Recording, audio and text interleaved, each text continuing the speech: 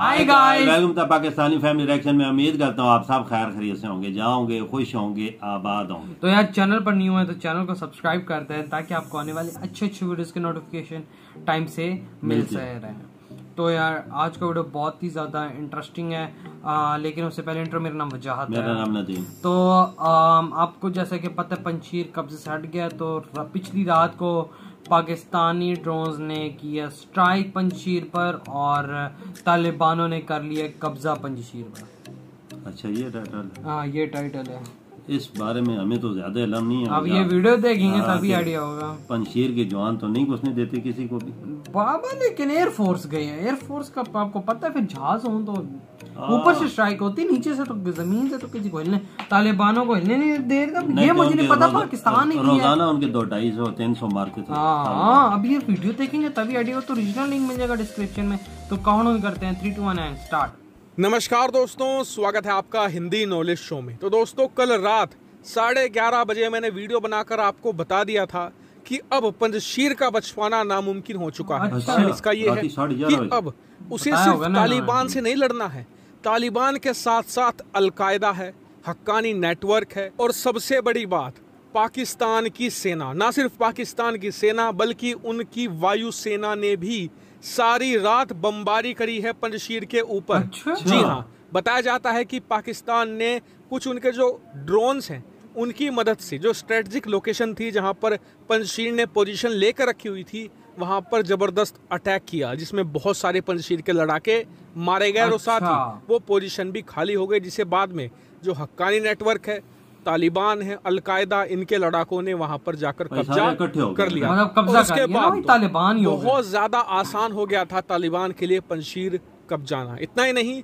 बताया यह भी गया है कि कुछ जो पाकिस्तानी कमांडो फोर्सेस थी उन्हें भी हेलीकॉप्टर की मदद से ड्रॉप कराया गया पंजशीर के इलाकों, ताकि जो घाटी के अंदर की स्ट्रेटेजिक लोकेशन है वहां पर भी कब्जा कर लिया जाए और तालिबान के लिए पंजशीर कैप्चर करना बहुत ज्यादा आसान हो जाए। और ऐसा हुआ भी। और आप भी समझ सकते हैं ये बात कि जो पंजशीर के लड़ाके थे वो बेचारे राइफल थी उनके पास, उसी के दम पर लड़ रहे थे। लेकिन आप उनकी बहादुरी देखिए कि उन्होंने 1 महीने तक तालिबान को पंजशीर वैली में पैर तक नहीं रखने दिया। इवन जो भी आतंकी तालिबान को क्या किसी को ना अमेरिका को हिलने नहीं दिया है। बिल्कुल। लेकिन ये बात आप भी जानते हैं कि जब आपके सामने एक पूरी फौज उतर आए, आपके सामने दुनिया के बड़े बड़े 3 आतंकी संगठन उतर आए, तो फिर आपका जीतना बहुत मुश्किल हो जाता है।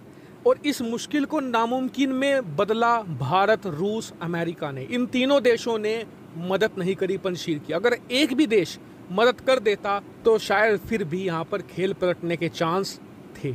लेकिन अब सब कुछ खत्म हो चुका है। हालांकि आपको बता दूं कि इसमें सिर्फ नाम पाकिस्तान आर्मी उतारते हैं वहाँ पे, तब नाम यहाँ पर चीन का भी आ रहा है और इंटरनेशनल मीडिया से डिस्कस कर रहा है बहुत एक्सटेंसिवली। अच्छा। और चीन का नाम इसलिए आया है क्योंकि पंजशीर आरोप ये लगा रहा है कि पिछले 15-20 दिनों से तालिबान के लड़ाके एग्जैक्टली उसी इलाकों पर अटैक करते थे जहां पर हमने छिपकर पोजीशन ली हुई होती है। और हमारी पोजीशन का पता लगाने का सिर्फ एक ही तरीका होता है कि आपके पास सैटेलाइट इमेज हो। पाकिस्तान के पास तो सैटेलाइट नहीं है कोई खास जिससे कि वो इमेज ले सके। तालिबान का कौन सा ऐसा देश है जिसके पास सैटेलाइट इमेज है? आप कहेंगे सिर्फ एक ही है, चीन, क्योंकि चीन के पास ही इतनी पावरफुल मिलिट्री सैटेलाइट मौजूद है। तो ऐसे में यहाँ पर चीन का नाम लेकिन जिस तरीके से पिछले 8 से लेकर 12 घंटों में पाकिस्तानी सेना ने ऑपरेशन किए हैं पंजशीर में, उससे एक देश बहुत नाराज है और खुलकर वो पाकिस्तान और तालिबान के सामने उतर आया है। इसका नाम है ईरान। ईरान ने खुलकर यहाँ पर पाकिस्तान की आलोचना करी है, साथ ही वार्निंग भी दी है कि जिस तरीके से पाकिस्तान अफगानिस्तान के अंदर अपनी सेना घुसा रहा है उसका परिणाम बहुत भयंकर होगा। जो भी देश अफगानिस्तान के अंदर अपनी सेना लेकर गया है उसे बर्बादी और तबाही के अलावा कुछ नहीं मिला है। ऐसे में पाकिस्तान भी तैयार है। इतना ही नहीं, उन्होंने सीधी चेतावनी तालिबान को भी दी है। इसको लेकर ईरान की जो विदेश मंत्रालय है उन्होंने स्पेशल ऑफिशियल स्टेटमेंट भी जारी किया है। लेकिन दुनिया इस बात से हैरान है कि पाकिस्तान खुलेआम अपनी सेना अफगानिस्तान में उतार रहा है, हमले कर रहा है वहां पर, लेकिन एक देश जिसका मुंह बंद है वो है भारत। भारत चू तक नहीं कर रहा है इस बात पर कि पाकिस्तान अपनी सेना कैसे उतार सकता है अफगानिस्तान में। आप जरा एक बार को सोचिए कि यही काम अगर भारत ने किया होता तो पाकिस्तान दुनिया में क्या हल्ला मचा देता, भारत को कितना बदनाम कर देता। लेकिन भारत बिल्कुल मौन व्रत धारण नहीं पाया। इन सब पर आपका क्या रिएक्शन है, कमेंट करके जरूर बताएगा। साथ ही वीडियो को शेयर कीजिएगा और चैनल बात भी है, कुछ बोला नहीं है इस पे।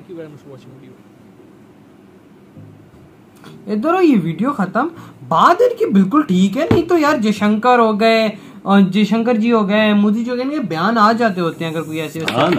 और यार अच्छा कल रात को ये पाकिस्तानी ड्रोन्स की तरफ से स्ट्राइक और कमांडोज की तरफ से कुछ हुआ होगा। अब यार हमें तो नहीं पता, हम पाकिस्तान में बैठे हैं, हमें तो इस बारे में ज्यादा इल्म नहीं है। अब रात को हो गया कब्जा उधर पंजशीर पे, अब तालिबान थे बीच में और होंगे। लेकिन यार स्ट्राइक मतलब ड्रोनों की आजम मुझे नहीं हो रहा क्या पता हुआ, क्योंकि काफी मीडिया पे बातें बिल्कुल चल रही है बातें कि मतलब मीडिया में बातें चलती हैं तो आगे निकलती हैं तब भी उन तक पहुंचती है। हाँ सी बात है। मीडिया तब भी चीज उठाता है जब कोई चीज देखता है, जब सुनता है। हाँ वही होंगी यार। अब हम ये तो नहीं बोल सकते नहीं हो या वो हो तो कोई हो, काफी बातें चल रही हैं इस बारे में। मतलब आज मेरे फ्रेंड लोग भी कह रहे थे कि वहाँ पे स्ट्राइक हुई है पाकिस्तान की तरफ, तो ही होगी। अमेरिका भी नहीं कोई साथ दिया, अमेरिका ने तो बाबा शुक्र किया वो निकला है यहाँ से। रशिया भी नहीं आया नजदीक, नहीं आया, भारत भी बीच में भी नहीं बोला। मतलब टोटली अब तालिबान आ चुका है, पंजशीरी भी गए।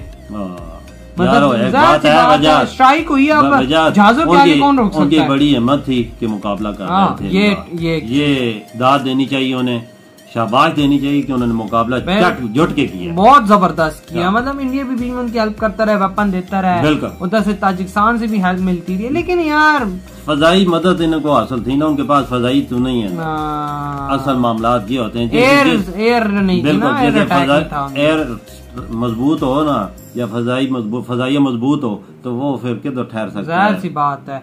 और इसमें कोई शक नहीं, उन्होंने बहुत ज्यादा अच्छा किया। स्ट्राइक क्यों, ये जाहिर सी बात है। अब यार सारा पॉलिटिक्स का गेम है।